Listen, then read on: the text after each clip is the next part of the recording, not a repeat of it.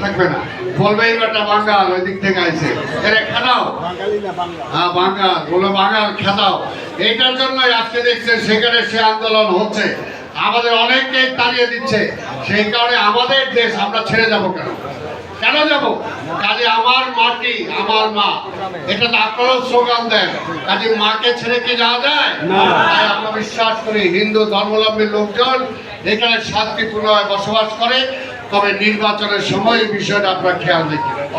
যাদেরকে নির্বাচিত করে লাভ নাই, যাদেরকে নির্বাচিত করে আপনি অসুবিধায় পড়েন, তাদেরকে ভোট না দিয়ে সামনে ভোটটা দানের শীষে ইনশাল্লাহ দিয়ে